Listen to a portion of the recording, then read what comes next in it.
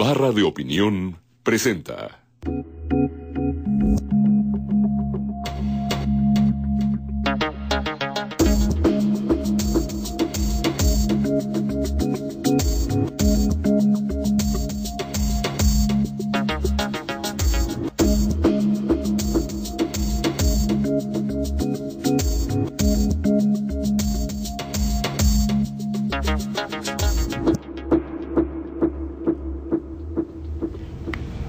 Muy buenas noches, bienvenidos a esta emisión de Entre Tres. Como usted sabe, desde hace ya 2 meses, quizá 3, hemos iniciado una serie de conversaciones con aquellos mexicanos que han abiertamente aceptado que buscan ser presidente de la República o presidenta de la República, porque también pasó por aquí Josefina Vázquez Mota, y también quienes aspiran a ser jefe de gobierno del Distrito Federal. Estuvo con nosotros el senador Navarrete. En esta serie hemos tratado de presentar a ustedes distintos puntos de vista de cómo miran al país estas personas y qué es lo que realmente están proponiendo para que México supere los múltiples problemas que tenemos hoy en día. Y en ese sentido nos da mucho gusto tener hoy a Andrés Manuel López Obrador. Como usted sabe, Andrés Manuel López Obrador fue presidente del Partido de la Revolución Democrática, fue jefe de gobierno del Distrito Federal, fue candidato a la presidencia de la República y actualmente en los últimos años, 5 años, se ha dedicado a recorrer el territorio nacional y a encabezar un movimiento social y ha dicho abiertamente que ambiciona ser candidato del Partido de la Revolución Democrática y también podría ser candidato de otros partidos, encabezando a la izquierda mexicana. De tal manera que hoy vamos a conversar con Andrés Manuel López Obrador. Andrés, buenas noches. Federico, buenas noches. Carlos, Jesús. ¿Cómo ha estado el recorrido? Me acordé ahora del presidente Ruiz Cortines, que decía que habían ternas de 4. Bien, estamos recorriendo el país desde el 2007, luego de las elecciones, lo tengo que decir, luego del fraude electoral del 2006, decidimos continuar con el movimiento y me he dedicado a recorrer todo el país. Ya visité los 2038 municipios de México, en algunos casos más de una vez, y también los 418 municipios indígenas de usos y costumbres de Oaxaca. He estado en todas las plazas públicas de todas las cabeceras municipales del país. Y ahora estoy de nuevo recorriendo. Estoy recorriendo regiones y me ha tocado ver el deterioro. No estaba el país en el 2007 como está ahora. Pude visitar todos los municipios. Ahora hay regiones donde es mucha la violencia. Se ha venido deteriorando todo en muchas regiones del país. Vamos a estas giras, a estos recorridos, para alentar a la gente, para decirle a la gente que sí hay opciones, que sí hay alternativas, que no se apague la llama de la esperanza. Porque lo peor que nos puede pasar como mexicanos es de que pensemos que no hay salidas, que caigamos en la frustración, porque entonces sería darnos por vencidos. Tú has sido muy persistente y ciertamente has sido claro en qué ruta guardas, por qué quieres mantener.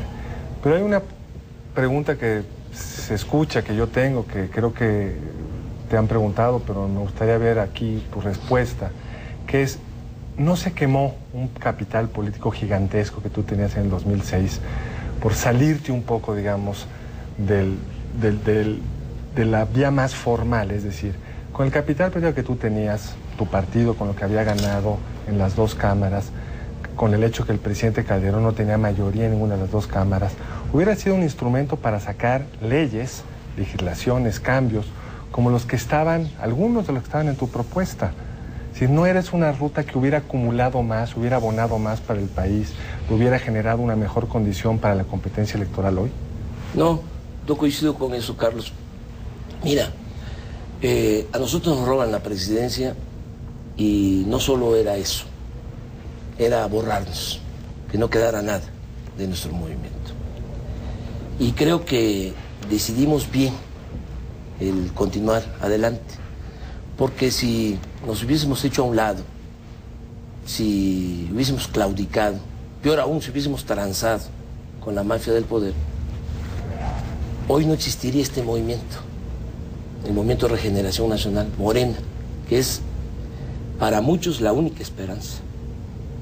Entonces creo que actuamos bien, desde luego respeto otros puntos de vista, ¿no?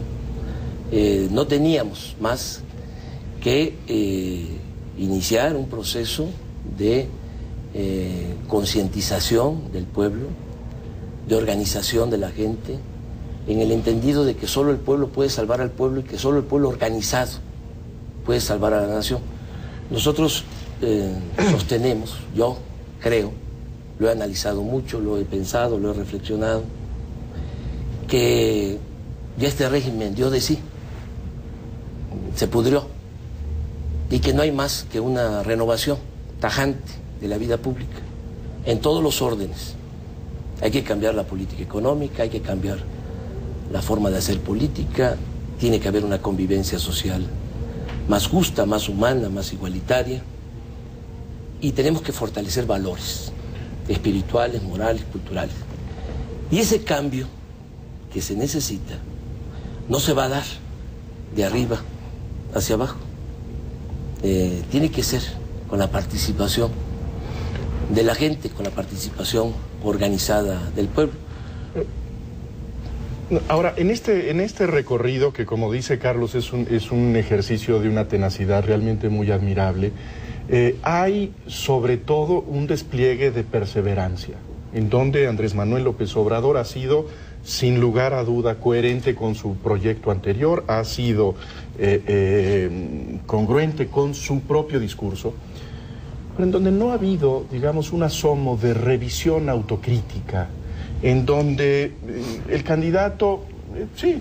No, es que eso se lo dejamos a los críticos, que tenemos muchos. Pero digamos, los líderes políticos, esa es los líderes políticos también tienen una necesidad de hacer un alto en el camino y decir en dónde estamos en este momento, cuáles son las circunstancias, cuál fue nuestra trayectoria previa, y pensar si la trayectoria previa es la que embona con el presente. No, y ahí vemos perseverancia, pero poco asomo de que a lo mejor pudo haber habido en el 2006 errores que llevaron a el resultado electoral del 2006. Hemos asumido la lección de la elección. ¿Cuál es esa lección a su juicio? De que nos robaron la presidencia porque en efecto domina una mafia en el país, una mafia política. Ese es un tema que podríamos aquí debatir ampliamente, ¿no? Entonces nosotros pensamos que lo que ha pasado en México, la tragedia nacional, tiene que ver con el predominio de un grupo que se ha venido apropiando de todo, que ha confiscado todos los poderes, que son los que realmente mandan. Estamos hablando de una especie de supremo poder conservador, oligárquico.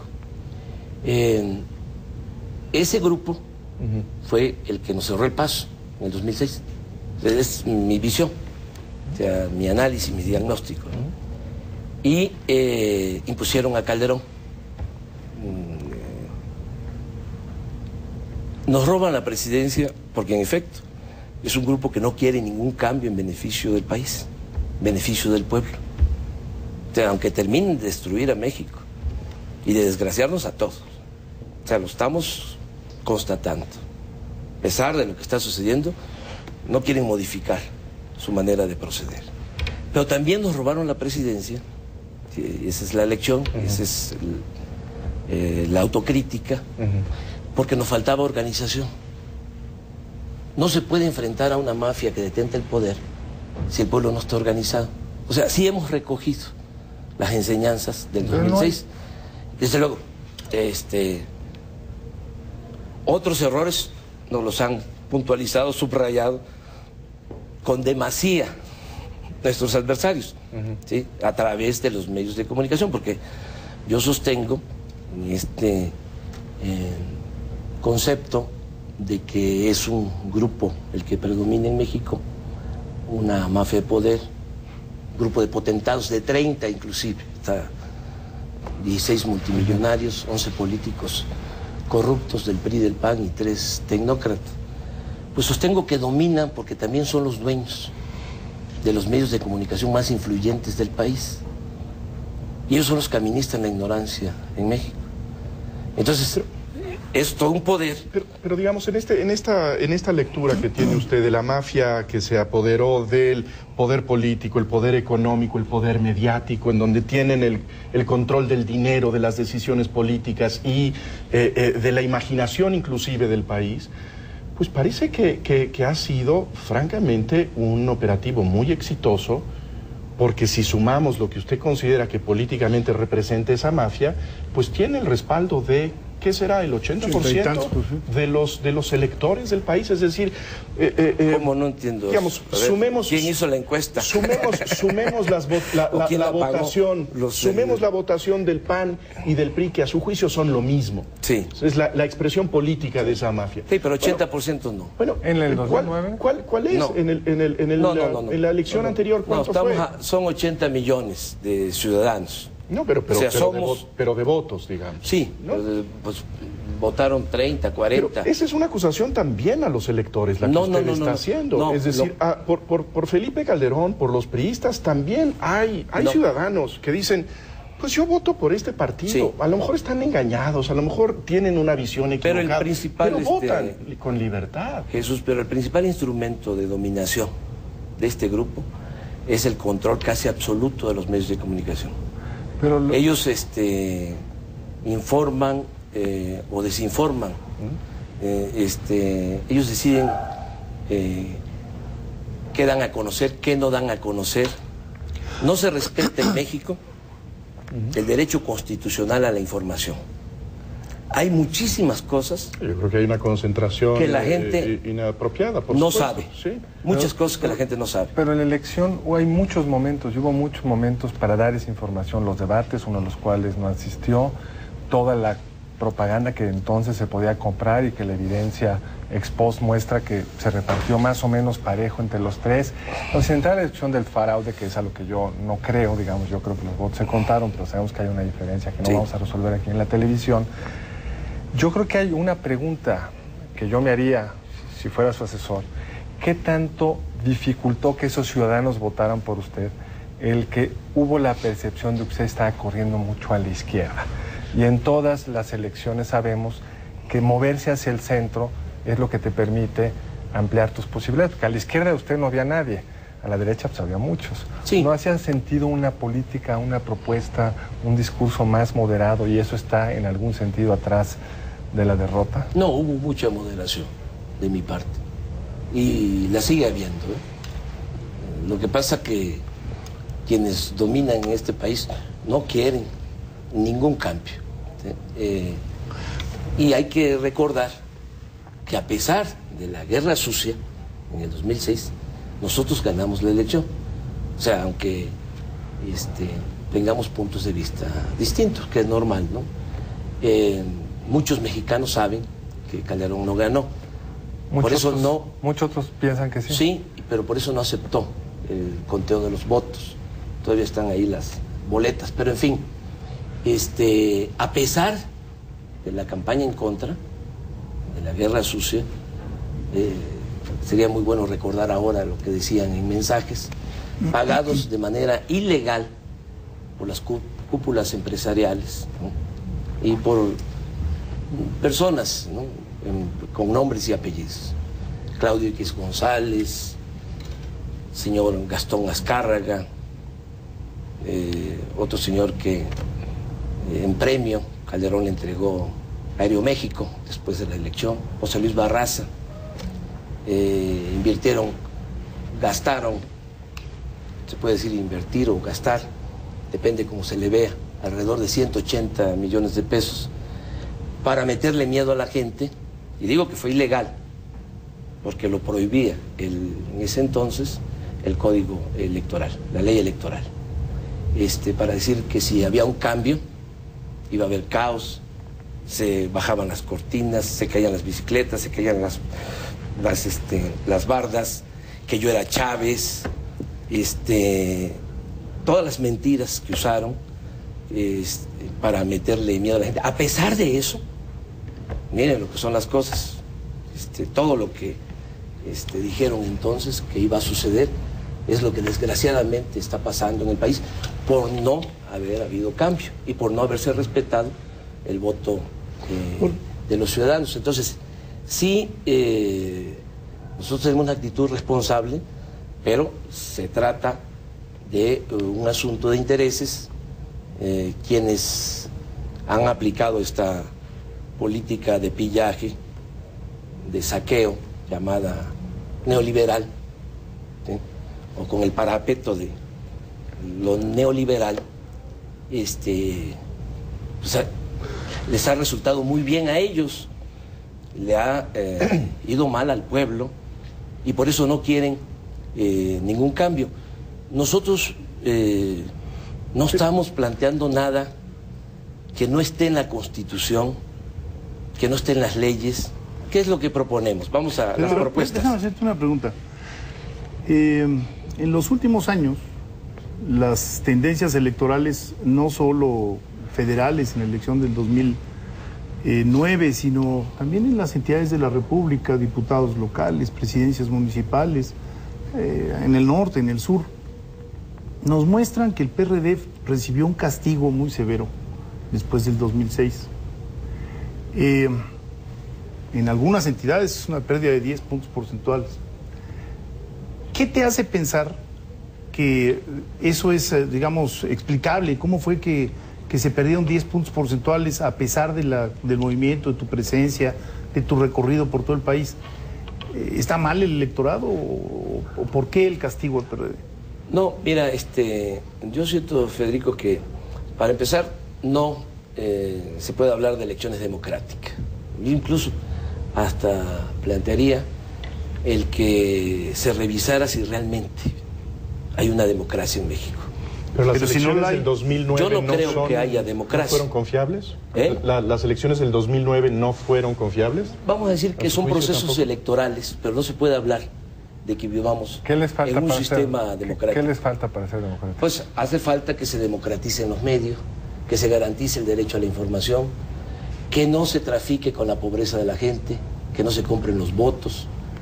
Hace falta que haya equidad. Pasa eso y cuando llega un líder con capacidad de romperlo, lo rompe. Pero no es como lo que sucede aquí. Yo creo, y ustedes son analistas, son académicos, yo creo que habría que ver conceptualmente si en México hay democracia o no.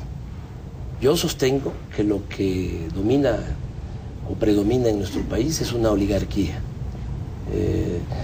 Como se definió en la época de los griegos, si no hay democracia al servicio de unos pocos. Pero si no hay democracia, hay que buscar que haya. ¿Cómo explicarle al elector que se le está convocando para dentro de un año, elección de menos de un año, cómo decirle que los partidos políticos están cobrando los dineros públicos que se les asignan para precisamente llevar adelante un proceso electoral, y a la vez decirle que ese proceso electoral no es legítimo? No es, por supuesto sabemos que no es perfecto.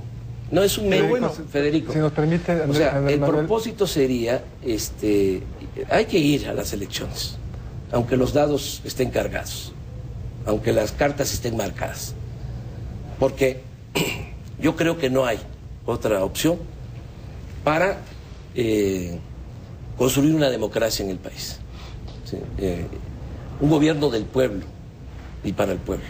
Andrés, si te parece, tenemos que no creo que exista. Tenemos que hacer un corte, regresamos en este tema y otros. Muchas gracias. Estamos aquí con Andrés Manuel López Obrador en Entre Tres.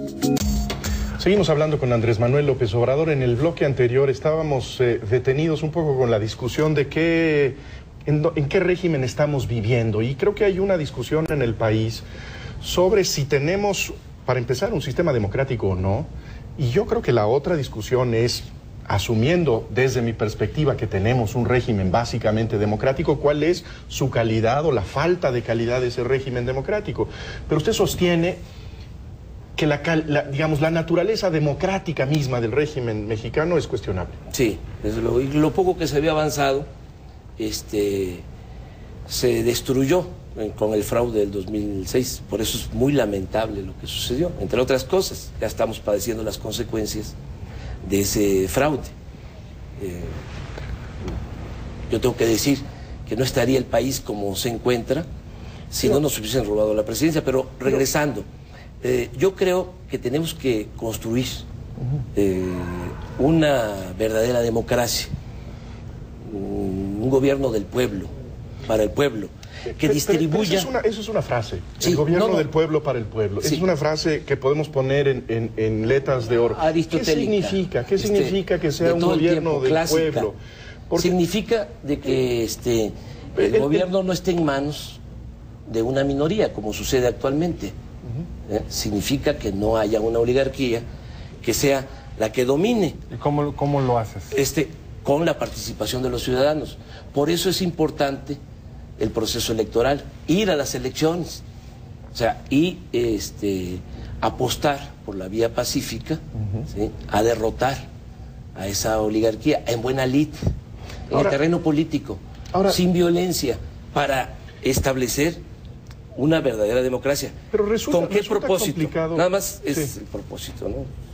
Pues distribuir con justicia las riquezas de la nación, mejorar las condiciones de vida, devolverle a la gente la tranquilidad, la felicidad, todo lo que Todos los políticos prometen eso, pero sí, pero no ¿cómo? Somos iguales. O sea, ¿pero cómo? ¿Cuál sería tu propuesta? Mi propuesta muy concreta, bueno, que se le gane a esta oligarquía, a este grupo. A pesar de los dados cargados y a las pesar de cartas eso, marcadas. Cuando la gente decide liberarse, lo puede lograr. Si no, así han sido todas las transformaciones en este país. Si no se libera, es que no decidió. No, pues es el pueblo. Decía Juárez, solo decía Juárez, con el pueblo todo, sin el pueblo nada. Y Hidalgo decía, el pueblo que quiere ser libre lo será. O sea, es la gente. Pues ya llegará. Pero Andrés Manuel, a mí lo que me parece si se toma complicado... conciencia, ¿sí?, de cuál es el problema principal del país. Para mí, el principal problema de México es el predominio de este grupo. Y de ahí se derivan todos los demás problemas. O sea, de ahí se deriva la corrupción imperante, la monstruosa desigualdad que existe. Entonces, la apuesta es, vamos a ganarles, ¿sí?, en las elecciones. Entonces, ¿sí es factible? Sí, sí es factible, claro que sí, lo vamos a lograr. Pero a ver, ahí hay un asunto. Cuando usted plantea vamos a ganarles, no está planteando vamos a ganarle a este grupo político, a este partido político, no vamos a cambiar de idea, vamos a derrotar a lo que usted llama insistentemente una mafia. Sí. Derrotar una mafia es ganarles y meterlos a la cárcel. No. Es decir, bueno, entonces no necesariamente. No es una mafia. No, si es una mafia, tú... los mafiosos han de estar tras las rejas. Oye, en ese sentido, su planteamiento político es un planteamiento en donde dejan pocos espacios para la legitimidad de las opciones. Es decir, que las opciones políticas del PAN a lo mejor son equivocadas, pero son legítimas. Las posiciones políticas del PRI quizás sean conservadoras, pero son legítimas. Si se les ubica como mafiosos, su discurso político es esencialmente ilegítimo, y por lo tanto la oferta que usted nos plantea es la de una confrontación que tiene una dinámica bélica. No. ¿Estoy equivocado? No exagero, sí, bueno, ¿por qué digo? Además partimos de premisas distintas, Jesús. Mira, yo sostengo que estos 30 han confiscado todos los poderes, que son los que mandan en el poder legislativo. ¿Y el judicial también? En el Poder Judicial, en la Suprema Corte, en el Poder Ejecutivo. Dominan porque tienen el control de los medios de comunicación. Esa es pieza clave para ti. Pieza clave para mí. Es un instrumento de control, de dominación. No necesitan al ejército, no necesitan la fuerza física. Dominan porque ellos administran la ignorancia en el país. En México tenemos mucho atraso. En todos los países del mundo hay una franja de la sociedad que vive en la ignorancia. Nosotros tenemos una franja ancha, y aquí sí que una banda ancha, ¿sí?, por los problemas educativos que tenemos, ¿sí?, y por el control de los medios de comunicación, porque los medios de comunicación están al servicio de un grupo, ¿sí?, que tiene propósitos muy bien definidos, o sea, acumular riquezas. No les importa el país. Esa es una visión. Pero también, para complementar, Este grupo tiene en sus manos las riendas de los dos partidos, del PRI y del PAN, y usan a un partido o a otro de acuerdo a lo que les conviene. O sea, porque por eso hablo de que la contienda no va a ser contra el PRI o contra el PAN o contra los candidatos inclusive. El profesor Moreira ya lo está definiendo claramente, sí, como el PRI contra usted. El día de hoy dice, sí. Entonces, la contienda es el PRI, López Obrador. Va a ser contra este grupo. Ahora, por ejemplo, ¿qué estamos viendo? ¿A qué estamos asistiendo los mexicanos?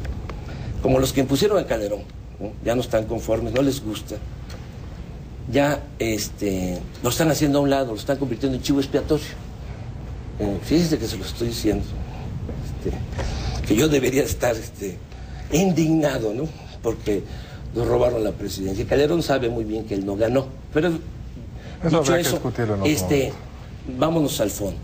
Como no les funciona el PAN, como no les funciona Calderón, ¿sí? Ahora la apuesta es al regreso del PRI y a Peña Nieto, que es el candidato de este grupo, ¿sí? De la mafia del poder. Entonces, ¿qué es lo que nosotros estamos planteando? Vamos a organizarnos, ¿sí? Entre todos. Nuestro movimiento es muy plural. Hay indígenas, campesinos, obreros, hay integrantes muy plural, de clases pero muy medias. Personalista. No. Es decir, ahí, digamos, tiene un sentido el movimiento que es seguir a Andrés Manuel López Obrador. No, sin duda que hay un liderazgo y no va a faltar líder, para que ya de ahí pases a que... Pero digamos, la prueba de la pluralidad limita en el respaldo a usted. No somos millones de mexicanos, afortunadamente. Pero para hacer que... Mujeres y hombres que están conscientes de que hace falta un verdadero cambio. Pero, regresando a tu planteamiento, mira, en esto también somos juaristas. No es venganza, es justicia. ¿Qué es lo que va a pasar si triunfamos? Y que creo que vamos a triunfar de nuevo, les vamos a volver a ganar la presidencia de la República. Pues sencillamente, ya ellos ya no van a dominar en el país. Pero ¿cómo? No los vamos a desaparecer, no los vamos a desterrar.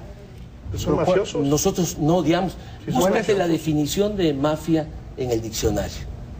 Sí, porque hay varias interpretaciones. Sí, hay varias. Pues, ¿cuáles serían los instrumentos? Yo pienso que actúan como mafia porque se han apoderado del Estado, ¿sí? Se han quedado con todos los bienes de la nación y del pueblo. ¿Sí? El saqueo que ha habido en los últimos 25 años en México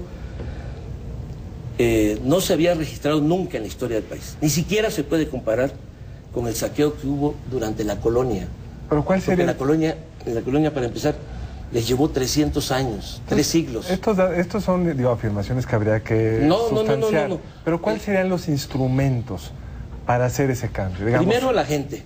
Ese es el instrumento de llegar al poder. No se podría hacer nada los instrumentos si la gente de política económica. Por más de lo mismo. O sea, nuestra función, nuestro trabajo intenso, es decirle a la gente, hay otro camino, hay otra opción. ¿Pero cuáles son los contenidos de ese camino? Bueno, ¿Qué es lo que haya democracia, y cambiar la política económica. ¿Hacia dónde? ¿Hacia dónde? Hacia la actividad productiva, hacia la generación de empleo. Es que eso no se ha hecho, Carlos. Ellos dicen que todo eso lo hacen con las restricciones que da el país. No. Pero ¿cuáles serían los instrumentos? ¿Tú expropiarías a las empresas? No, para nada. No. Nosotros respetaríamos a la propiedad privada, eso lo dijimos también en el 2006. Nosotros consideramos que para sacar adelante la economía del país se requieren los 3 motores que son básicos para el crecimiento, ¿no? El sector público, el sector privado y el sector social.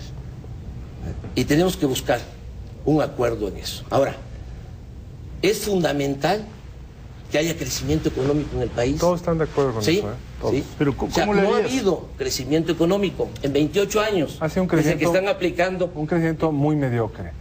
Prácticamente no ha habido, es cero. Se podría también discutir, pero el objetivo último de esa política, diría PAN, PRD, PRI, y dices tú acá es generar poner en el centro la actividad productiva. ¿Cómo? Digamos, ¿qué país, si tuviéramos un modelo allá afuera, cuál te gustaría? ¿Te gustaría ser como Lula? ¿Te gustaría ser como Chávez? No es que sirve como de repente, porque es muy vago lo que estás diciendo. Bueno, yo te diría, como México ¿Pero en qué momento? En el momento... ¿Por qué es de tal vaguedad que no, la verdad es que no me quedan claros los instrumentos? A ver, no hay ninguna vaguedad. Somos los únicos que hemos presentado un proyecto alternativo de nación. Que leí. ¿Sí? Puntual. Acerca de lo que se va a hacer en lo económico, lo político, lo social, lo cultural. O sea, tenemos muy claro lo que se tiene que hacer. Primero, hay que tener recursos, hay que tener fondos. ¿Por qué sonríe cuando la pregunta de Carlos es si hay un modelo fuera? Yo creo que tiene sentido. Es que siempre me preguntan eso. Pero se lo regreso con su invocación a Juárez. Juárez tenía un horizonte para país que estaba nutrido de su experiencia en el extranjero. Sin Nueva Orleans, sin su experiencia en Nueva Orleans, no se entiende el juarismo. Sí. Y tiene muy claro que hay un modelo de modernidad al que aspira Juárez. Yo tengo como referente la historia de nuestro país. Bueno, entonces es nuestro pasado y no el exterior. Sí, nuestro pasado. ¿Qué pasado? Morelos, que quería la igualdad. Pero esos son objetivos. A ver, espérame, no. Pues es que no son objetivos. ¿Sabes qué decía Morelos en los sentimientos de la nación? De manera muy clara. Moderar la opulencia y la indigencia. Moderar la opulencia y la indigencia. ¿Sabes cómo? ¿Sabes? ¿Con qué instrumento? Decía, hay que elevar el salario del peón. Por decreto. Sí, él decía eso. Decía, hay que educar al hijo del campesino igual que se debe educar al hijo del más rico hacendado. Hay que tener tribunales que protejan al débil de los abusos que comete el fuerte. Bueno, pero regresando, es Morelos, mi inspiración, es Hidalgo, es Juárez. No hay nada más contemporáneo. Es Madero, Lázaro Cárdenas y nuestra experiencia. Ahora, ¿qué es lo que nosotros vamos a hacer? O sea, muy puntual. O sea, yo no sé si lo está haciendo Lula, lo está haciendo Chávez, o si lo está haciendo Obama. No sé lo que nosotros vamos a hacer aquí, porque es nuestra realidad. Uno de los errores que se han cometido, ¿sí?, es que se han traído modelos, ¿sí?, del extranjero. Bueno, el modelo neoliberal, ¿sí?, baste decir que la agenda, las llamadas reformas estructurales, se aplican en todos los países. No hay una agenda propia en el país. Hay unos que lo hacen muy bien, otros que lo hacen muy mal. Pero ¿cuáles serían los puntos concretos? Puntos concretos. Primero, fortalecer la hacienda pública. ¿Cómo? ¿Sí? De tres maneras. Primero, llevar a cabo un plan de austeridad republicana. Reducir el gasto en el gobierno. Segundo, combatir a fondo la corrupción. No solo por razones de índole moral, sino porque es mucho el dinero que se va por el caño de la corrupción. Y tercero, una reforma fiscal progresiva, como lo establece la Constitución. Que pague más el que tiene más. Porque actualmente los de mero arriba no pagan impuestos. Sí, de estas tres maneras. Sí pagan. Vamos a ir a un corte, creo, ¿no? No, nos seguimos. Bueno, ahora redondeo. No, es que estaba yo escuchando. No, tienes toda la razón. Y redondeo. Es de estas tres formas, con estas tres medidas, nosotros podríamos tener desde el primer año alrededor de 600 mil millones de pesos. Son números discutibles, pero en fin, sí, vamos a... Mira, nada más vamos punto por punto. Austeridad republicana. ¿Sí? Tenemos un presupuesto este año de 3.500 billones millones. Siempre hablan de que no hay presupuesto, ¿no? Esa es la cantaleta. Y sí hay, y bastante. De esos 3.500 billones, nada más la nómina del gobierno, lo que se destina a pagar los sueldos del gobierno, significa 860 mil millones. Incluye maestros y todo esto, todo.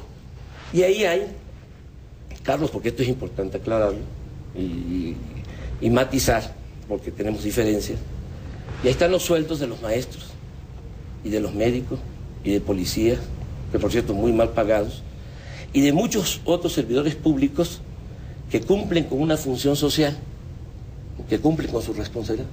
Pero también ahí están los sueldos de los de mero arriba, de los de la alta burocracia. De esos 860 mil millones, el 3% de los funcionarios del gobierno se quedan con 200 mil millones. Estamos hablando de sueldos de hasta 600 mil pesos mensuales. Solo en la Suprema Corte, ¿eh? Sí, sí. Hasta, no, pero hay de 300 y de 400 mil. ¿Cómo no? Te estoy dando el dato. 190 mil, para ser exactos. 190 mil millones, sí, se llevan el 3% de todos los que trabajan en el gobierno. Estamos hablando de sueldos, insisto, hasta de 300,000 millones. Es más, de 300,000 pesos mensuales. Si se reducen los sueldos de los de arriba a la mitad, con esa sola medida, ahí tendríamos 80,000 millones de pesos. Una sola medida. Si seguimos analizando el gasto del gobierno, sobre todo los privilegios que hay arriba, si hablamos de que todos los servidores públicos, me refiero de la alta burocracia, este 3%, tienen servicio médico privado. Eso cuesta en el presupuesto anual 6,000 millones de pesos. Tienen una caja de ahorro especial. Pero ¿quiénes tienen servicio médico privado? Diputados federales. Pero es que es otro senadores. poder. No, pero todos tienen O sea, ese poder, o sea, ellos no pueden estar, podrían estar en el ISSSTE si quieren. No, pero el presupuesto, Federico, es para los tres poderes. Por eso, pero se aprueba para los tres poderes. El Poder Judicial tampoco depende del, digamos, ellos pueden decidir con quién se atiende. Sí, pero el presupuesto es uno. Ahora, digamos, creo que ahora sí tenemos que hacer un Nada corte. más. Entonces, tenías tu razón, teníamos que hacer un corte, regresamos. Entonces sí hay manera de ahorrar, nada más con un plan de austeridad republicana. Ahí hay una beta que es 200,000 millones, pero 300,000 millones no de pesos da, al año. No da tanto según los cálculos que nosotros hemos hecho, No, pero... Yo fui jefe de gobierno de esta ciudad, apliqué un programa así y nos dio. ¿Cuánto les dio acá? ¿Qué porcentaje? Como 25,000 millones. ¿De un presupuesto total de? De 80. Bueno, regresamos a discutir esto y otros temas con Andrés Manuel López Obrador. Estamos de regreso con Andrés Manuel López Obrador, discutíamos los temas fiscales que siempre requieren datos, números y podemos ahí sin duda tener diferencias, pero hay un tema que me parece particularmente, digamos, donde no acabo de entender tu propuesta. Tú dices que había que tener una rectoría del Estado. Si por rectoría del Estado entendemos un Estado que regule mejor, pues todos los países quieren tener una rectoría del Estado. Pero cuando vemos, digamos, lo difícil que es en cualquier lugar del mundo tener una empresa única, como en el caso de Pemex, proveyendo petróleo, una empresa única proveyendo servicio eléctrico. No es raro que sean corruptas, que sean grandes, que sean perezosas, porque no tienen competencia. Todo lo largo de tu proyecto subrayas competencia por aquí y por allá, tienes razón, lo comparto, el artículo 28 es muy claro de la Constitución, pero en el sector público está buena parte de los problemas por la falta de competencia. Todos esos excesos de personal que dicen tienen que ver también con eso. No los puedes despedir aunque no hagan nada, tienes que ir a esas instituciones como ciudadano pobre aunque no tengas porque no tienes alternativa. ¿Qué hacemos para generar competencia en el sector público? Que es uno de los secretos del Brasil de Petrobras. Lo hizo poniendo competencia. Primero hay que rescatar al Estado. O sea, porque está en manos de... No, pero si llegas tú lo vas a poder regular. Por bien. eso, ya el Estado tendría otra función. ¿Sí? Y el Estado pues tiene que promover el desarrollo y tiene que procurar que haya bienestar y tiene que procurar que no haya corrupción y que no haya monopolios, ¿sí? Que haya competencia. Pero si es en el sector público que sí haya monopolios. Sí, hay cuestiones que son especiales, estratégicas. O sea, pero por estratégicas hay que cuidarlas con competencia. Sí, no, pero no necesariamente la privatización, Carlos, no, ¿sí? Te significa mejoras para la gente, ni te significa honestidad. Ya lo hemos visto, necesariamente lo hemos padecido. Necesariamente lo estatal te significa sí, eso, también sí, lo hemos padecido. Sí, mira. Y ejemplos de lo segundo, de la competencia en América Latina son mejores que en las otras. No, yo estoy de acuerdo con la competencia, tiene que haber competencia. Lo único que puedo decirte sobre este tema, que en México privatización ha sido sinónimo de corrupción. ¿Sí? Hasta ahora, ¿sí? No hay privatizaciones que no se hayan llevado a cabo a partir de beneficiar a grupos, ¿sí? En contra del interés general. ¿Tú te sentirías incapacitado para hacerlo bien? No, yo pienso que el Estado no puede absorberlo todo. Ya hablé, ¿sí? De que el Estado no puede asfixiar. Pero puede, ¿sí? en ese sentido podría haber iniciativa buenas... de la sociedad civil. No se puede. Yo no estoy planteando un Estado autoritario. ¿Sí? Se lee un poco así el programa. Sí, se lee porque pues no, yo lo leí. Imagínate cómo me han interpretado. No, yo fui ¿sí? al texto. No es eso, pero hay cuestiones, por ejemplo, vamos a hablar de una orientación del Estado, pues, del nuevo Estado, del Estado liberado, ya no el Estado cooptado, Capturado. secuestrado, como está ahora. Primero tendría que haber planeación, de que no hay. Hay un plan nacional de desarrollo. No hay plan nacional de desarrollo. ¿Sí? Nos dictan desde el extranjero recetas, agenda. Nosotros tenemos que tener una agenda propia a partir de nuestra realidad. Pero bueno, el Estado tiene que hacerse cargo de la planeación, ¿sí?, para el desarrollo, y el Estado tiene que procurar, por ejemplo, impulsar la actividad productiva. Un cambio que nosotros estamos proponiendo. Nosotros planteamos que tenemos que apostar, incidir para auspiciar, el término que sea, para que logremos la autosuficiencia alimentaria. Esto es contrario a lo que se ha hecho. Y por buenas razones, el campo no da para ser autosuficiente en maíz. Territorial, por agua, por claro que da. No da. Carlos, ¿cómo no? Todos los datos mira, lo ¿sabes? muestran. A ver, tú lo conoces mucho mejor que yo, te digo. Tú eres hombre de campo. Claro que da para ser autosuficientes en maíz. Ya ahora, ¿sí?, estamos importando solo el 20%, así como lo tienen, abandonado. ¿Sí? Abandonado, estamos importando solo el 20% del frijol, donde ha sido un desastre, cuando hablamos de cultivos. Es en el caso del arroz, estamos importando el 75% del arroz. Pero también compramos carne de res, leche, carne de cerdo, desechos de pollo. Nosotros no, pero nosotros, Carlos, o sea, esto lo podemos discutir más ampliamente.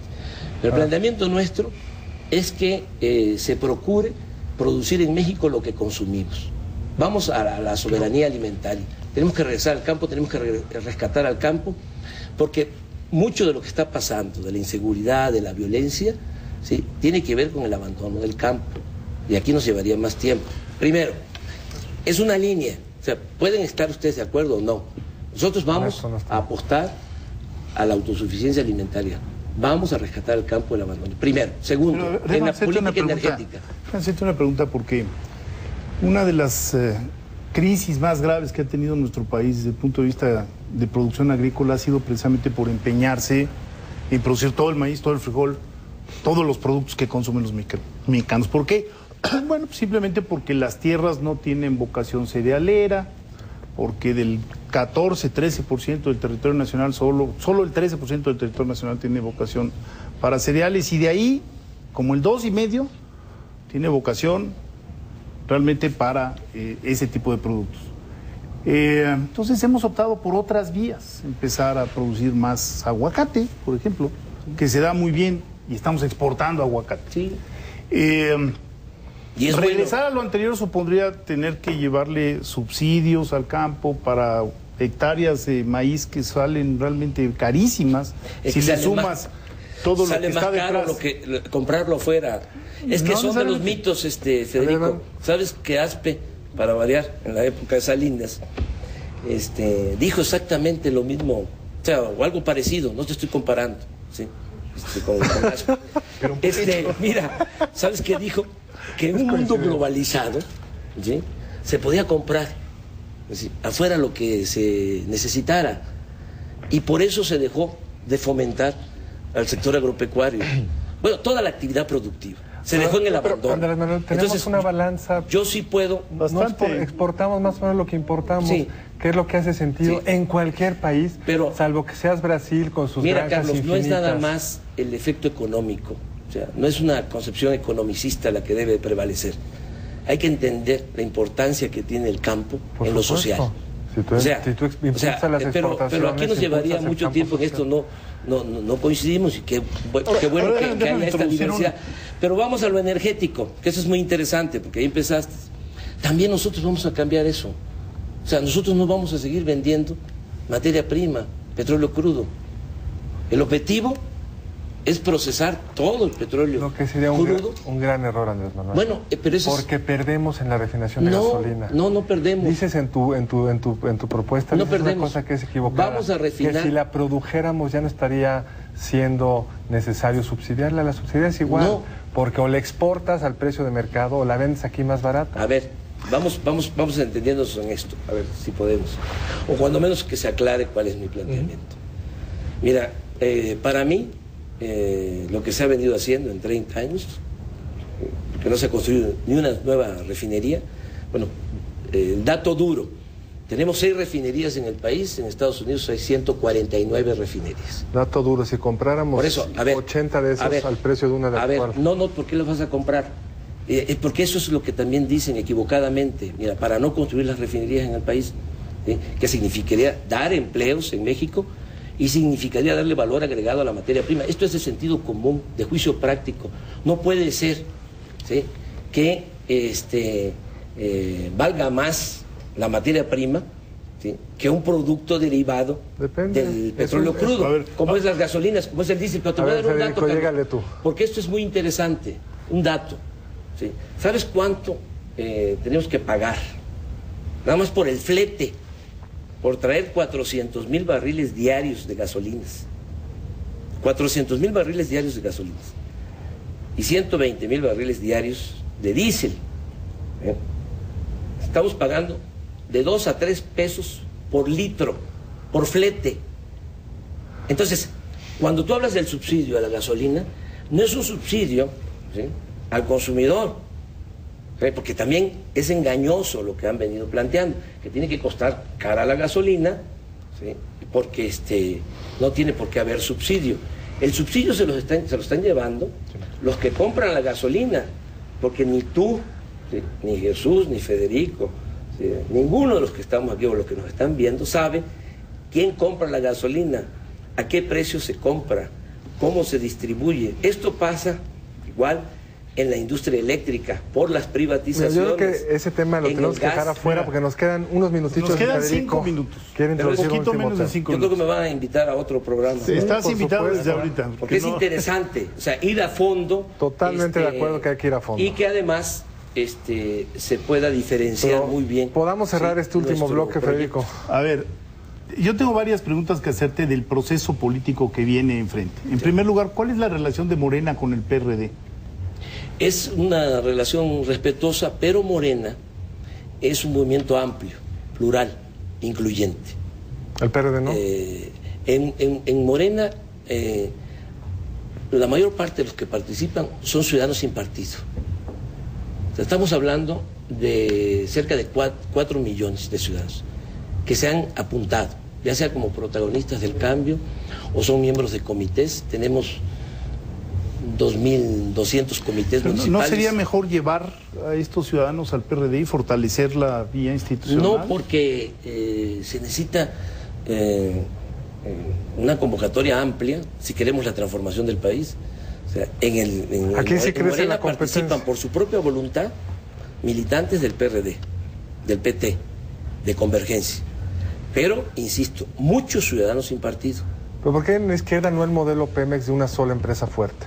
¿Mande? ¿Por qué en la izquierda no crees en el modelo Pemex, una sola entidad fuerte? En vez Eso de es lo que tantas? vamos a hacer nosotros. No, eso con lo el PRD. planteé. Con el PRD. Ah, no, en el caso de Pemex. No, Tú sabes para que la hizo izquierda, Salinas. No, pero quiero regresar a esto. Desmembró Pemex. A la pregunta Nosotros vamos a agrupar. a la pregunta de Federico, ¿por qué no un solo Pemex y la movimiento Comisión de Federal de izquierda? Electricidad. ¿Por qué no un movimiento fuerte en vez de pedacitos por aquí y por allá? Porque hay mucha diversidad en la izquierda Pero y en ¿cómo la sociedad mexicana. Pero el Partido hay mucha Convergencia gente, tiene una identidad mucha ideológica. gente que está, El Partido Convergencia tiene una identidad ideológica que podamos decir nosotros, tiene esta filosofía que viene de una tradición larga, el Partido del Trabajo que tenga. No voy yo, Jesús, a meterme en eso le corresponde a ustedes hacer el análisis de qué partido, ¿sí?, cumple con su declaración de principio, con su programa de acción. O sea, ese es otro asunto. Yo lo único que puedo decirles Pero es que Convergencia Morena, te ha dado el respaldo para estar en las pantallas. sí, PT y Convergencia. O sea, O sea, sí te interesa que Convergencia tenga una estructura ideológica. sí, como partido, pero Morena, Movimiento de Regeneración Nacional, es una asociación civil que, por cierto, se va a constituir el domingo próximo en el Auditorio Nacional. Yo les invito a ustedes. Y ahí van a ver que hay un consejo consultivo donde hay intelectuales, artistas, hay empresarios, hay desde luego campesinos, obreros, ¿Qué nos podría artesanos. decir de su evocación religiosa? La canción de Morena tiene una referencia a la Virgen de Guadalupe que yo creo que es un retroceso ideológico para la izquierda mexicana y para el Estado laico. Sí. El hecho de que se confunda el discurso espiritual que usted de pronto evoca con el discurso político. Yo sabía que ibas a llegar a lo mesiánico. Me quedé ahorita con lo espiritual. El que llegó a lo mesiánico. Claro, Me quedé con lo espiritual. Mira, usted plantea que la voy a- política debe fomentar valores espirituales. Claro. Yo creo que no. Yo creo que sí. Yo creo que no. Yo creo que sí. Yo creo que Mira, lo espiritual es para los templos y para las iglesias. No para el Parlamento es que ni el lo Palacio de espiritual Gobierno. no está nada más en los templos y en las iglesias. O sea, vamos a empezar por ahí. ¿Sí? Mira, Jesús, no se puede hacer nada en la vida, ¿sí? Menos ser un dirigente que busca una transformación, si no se tiene por delante una idea, una doctrina, una filosofía. ¿Sí? Es un discurso moral que yo con eso estoy totalmente de acuerdo. Sí. No Entonces, espiritual. Sí, entonces yo sostengo, ¿sí?, de que la crisis de México no solo es de carácter material, no solo es porque no ha habido crecimiento económico, no ha habido empleo. Yo sostengo que la crisis de México tiene que ver con la pérdida de valores. Yo O sea, y creo que podría coincidir con eso. que hay pérdida de valores espirituales y morales y culturales. ¿Sí?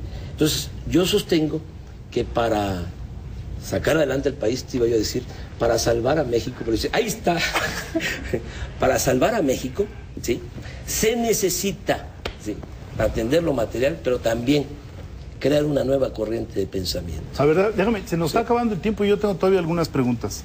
Método de elección, encuestas. Sí. Salga lo que salga. Salga ¿Cómo lo se que van a seleccionar? Porque ya hicieron ahí, digamos, ya discriminaron, hay empresas que no, empresas que sí. Es un ¿cómo lo van a acuerdo, hacer? Federico, que tenemos con Marcelo, que dicho sea de paso, nos llevamos bien. ¿Sí? Quisieran los Sí, que él estuvo aquí, dijo lo mismo. no me ven con buenos ojos los aquellos. ¿qué cosa será mejor? ¿Mafia de poder o el supremo poder? ¿Poder conservador? No, supremo poder oligárquico y conservador. ¿Y sabes por qué le subrayo lo del conservador? Porque no quieren cambiar, quieren mantener lo mismo.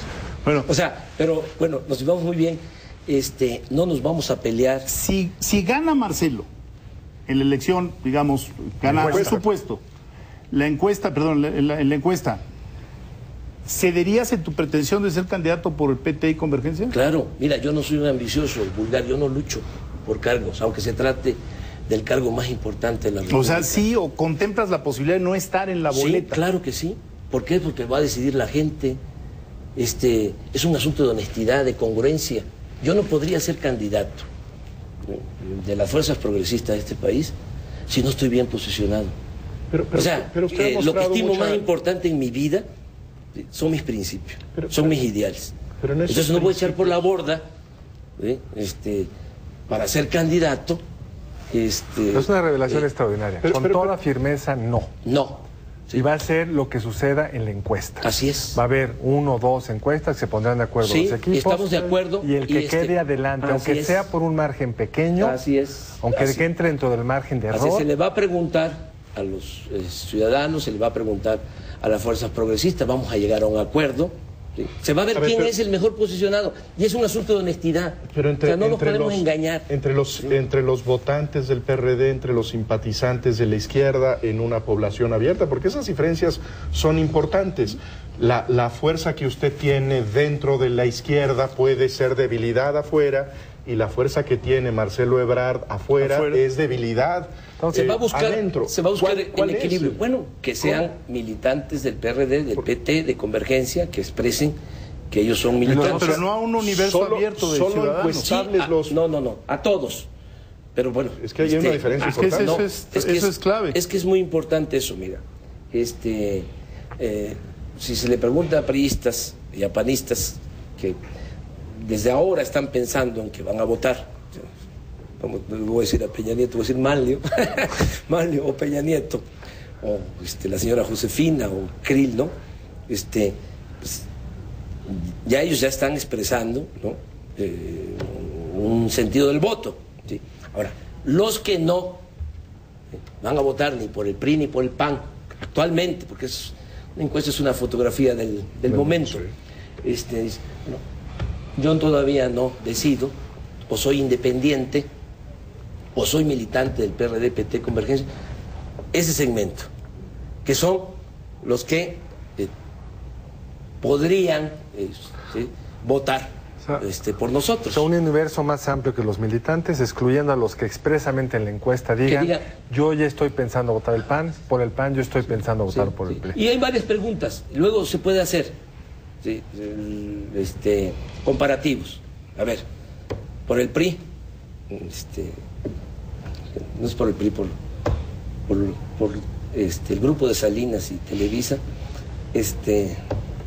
me refiero a Carlos Salinas de Gortari, el grupo que él coordina, y por Televisa Peña Nieto, pero ponle PRI, Peña Nieto, PAN, Crilo, la señora Josefina PRD, PT, Convergencia, ¿no? Marcelo. Se ve el resultado. Luego, los mismos del PRI, los mismos del PAN, conmigo, y se ve el resultado. Esas ya se han hecho. Sí, eso se puede hacer. Ahora, o sea, es un asunto de ponerse de acuerdo.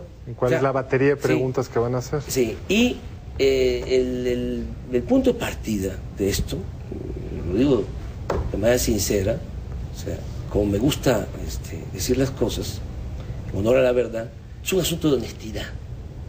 ¿Sí? O sea, yo no voy a encapricharme para ser candidato si la gente de la izquierda, si las fuerzas progresistas dicen para eso debo ser yo. Sería importante hacer un ejercicio de contraste importante. Yo coincido con usted que no tiene ningún propósito el hecho de que queramos ver enfrentados a Marcelo Ebrard y Andrés Manuel López Obrador y pelearse. No me parece que sirva a ningún interés nacional. Pero yo creo que sí es importante que haya un contraste de propuestas, porque me parece que sí son visiones, acentos, prioridades distintas. Sí. ¿Usted está dispuesto a debatir con Marcelo Ebrard? Pero ¿cómo no? Porque, públicamente. Mire, yo estoy dispuesto a confrontar de manera respetuosa nuestros puntos de vista, lo que sostenemos. Estoy muy seguro. ¿Y cuál es la diferencia básica entre su proyecto y el de Marcelo Ebrard? Pues yo no creo que haya muchas diferencias, pueden haber matices. ¿Cuáles serían esos matices? Vamos a dejarlo para cuando corresponda. Mire, yo tengo que hablar con más claridad, posiblemente. Este asunto de la mafia del poder les molesta mucho.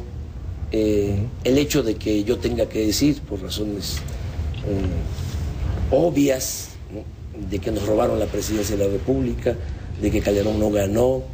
O sea, es un lenguaje de otro tipo. Yo tengo que ir plaza por plaza, pueblo por pueblo, orientando, concientizando, politizando, porque no tenemos posibilidad, los medios están muy controlados. Por eso yo voy a asistir las veces que me inviten aquí, yo les agradezco mucho. Cerramos con eso, ¿te parece? Sí. Queda el compromiso de que regresas. Vamos a regresar, Federico, Carlos, Jesús. Por supuesto. Vamos a estar aquí conversando. Bueno, ya lo oyó usted, Andrés Manuel, mil gracias por haber estado aquí con nosotros. Entre tres, esta casa está abierta, ya que quieras, adelante para seguir debatiendo. A usted tenemos que cerrar, se nos fue muy rápido esta hora, nos vemos en la próxima emisión de Entre Tres, el próximo lunes. Buenas noches, que descansen.